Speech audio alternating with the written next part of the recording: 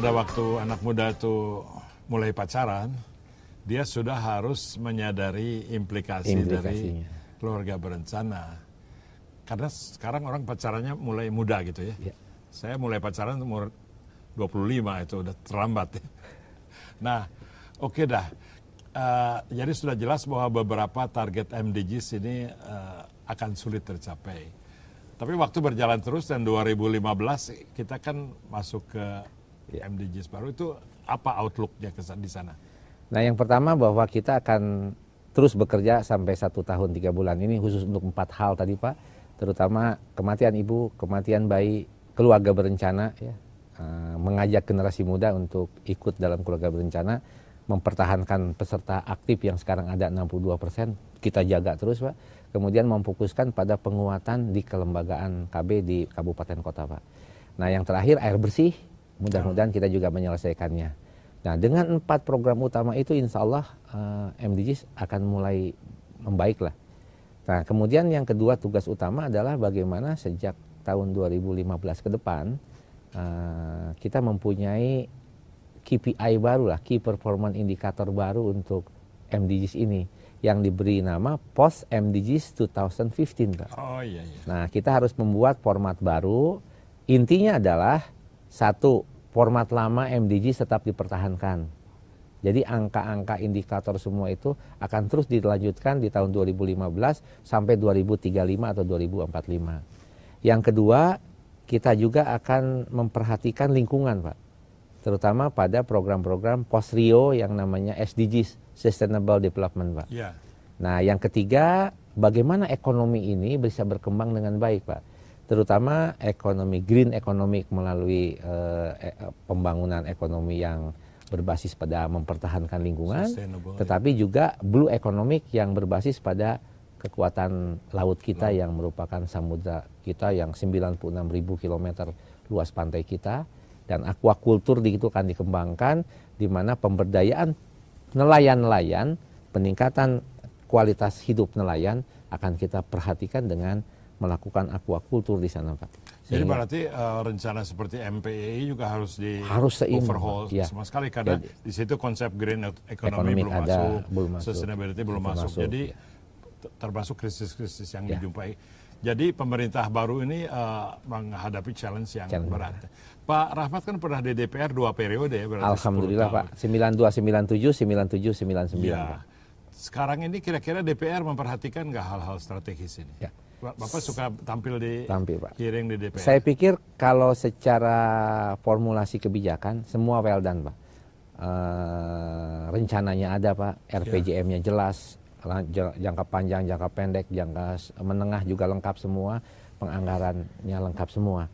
Persoalannya ketika diimplementasi Pak, karena diimplementasi kebijakan hampir kabupaten kota dan provinsi itu mempunyai kemampuan yang disparitas yang meluas sekali, sehingga itulah yang harus Nah, saran kami adalah turunkan fungsi-fungsi pemerintahan ini di tingkat provinsi Pak.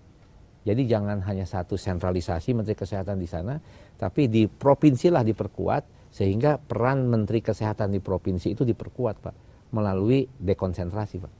Jadi di situ ada pelatihan, ada perencanaan yang bersifat regional, ada penguatan-penguatan berbagai program yang intinya adalah mengembangkan ini semua. Kelihatannya Pak Rahmat harus masuk DPR lagi nih supaya menyiapkan legislasi di situ. Tidak usah. Tidak demikian. Pak. Saya sudah cukup puas dengan 2 periode, sudah jadi pensiunan anggota DPR. Sekarang saya pegawai negeri, pangkat saya sudah 4E, sudah 3-4 kali jadi eselon 1 Pak. Masih pensiun katanya 5 tahun lagi ke depan. Nah, saya akan berkonsentrasi di mana sebetulnya kalau dia bilang banyak yang lepas kendali sistem, jadi buyar, jadi lose track kita ya dalam MDGs, itu kira-kira di mana? Bukan untuk menyalahkan siapa-siapa, tapi bagaimana terjadinya sampai jadi buyar gitu. Pertama bahwa pemerintah sibuk sendiri Pak, seolah-olah MDGs ini adalah program sendiri. Nah, saya sedang mencoba mengkoordinasikan ini semua, bahwa Kementerian Kesehatan, Kementerian Dediknas, BKKBN itu merupakan bahagian dari seluruhnya, termasuk dikoordinasi oleh Menkokesla. Kami sedang melakukan pengembangan itu. Yang kedua, dunia usaha sibuk sendiri Pak. Ya, sibuk sendiri dengan program-program yang seolah-olah CSR-nya berhasil. Memang berhasil, memang bagus, tapi tidak national wide. Tidak sinkron ya, padahal CSR sumber tenaga yang besar untuk CSR, PKBL. Sehingga para koordinator di BUMN maupun para CSR kita kembangkan dalam namanya Community Forum for Community Development, Pak. Kami sudah bisa menggait kemarin dalam program dengan Ibu Nila Muluk, program yang namanya MDGs Award, ya. Nah, yang ketiga akademisi, Pak, para university, karena dia punya model, punya cara, punya strategi yang baik, mereka harusnya memasyarakatkan dalam bentuk pengabdian masyarakat lebih luas lagi, Pak. Itulah yang dalam buku ini kita sebut sebagai triple helix, Pak. Jadi modal sosial, bagaimana antara akademisi, business player maupun government bersatu bersama. Nah, Pak SBY menawarkannya sebagai community development, Pak. Pengembangan community development dari seluruh bangsa ini. Nah, itu di luar yang resmi tadi bahwa MDGs akan tetap, post MDGs akan melalui SDGs dan MDGs dikembangkan. SDGs Sustainable Development yang lingkungan, Pak. Ya, betul. MDGs-nya tetap, SDGs-nya tetap. Yang ketiganya ekonomi tadi, green economy dengan blue economic, dan yang terakhir adalah bagaimana kita bersama mengikat ini.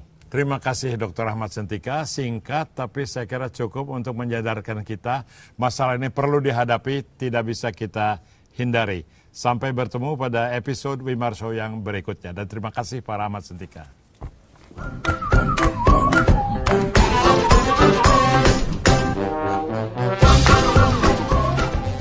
Wimar Show seperti ini merupakan sebuah wahana bagi penyadaran pemberdayaan masyarakat, terutama juga untuk mensosialisasikan modal sosial bagi pengembangan percepatan MDGs ini. Seperti yang kami ketahui bahwa seluruh unsur pemerintah dari mulai pemerintah pusat sampai ke daerah harus mengerti benar bahwa tujuan kita mensejahterakan rakyat kita pahami sebagai pencapaian tujuan milenium. Yang kedua juga pada dunia usaha agar bisa bekerja sama, mencari bentuk, mencari memilih dan bekerja sama kira-kira sektor mana. Kami sampaikan kesehatan ibu, kesehatan anak, keluarga berencana, dan air bersih itu adalah lahan-lahan pengabdian yang harus kita bantu oleh para dunia usaha. Dan terakhir, perguruan tinggi dan dunia usaha kita kembangkan.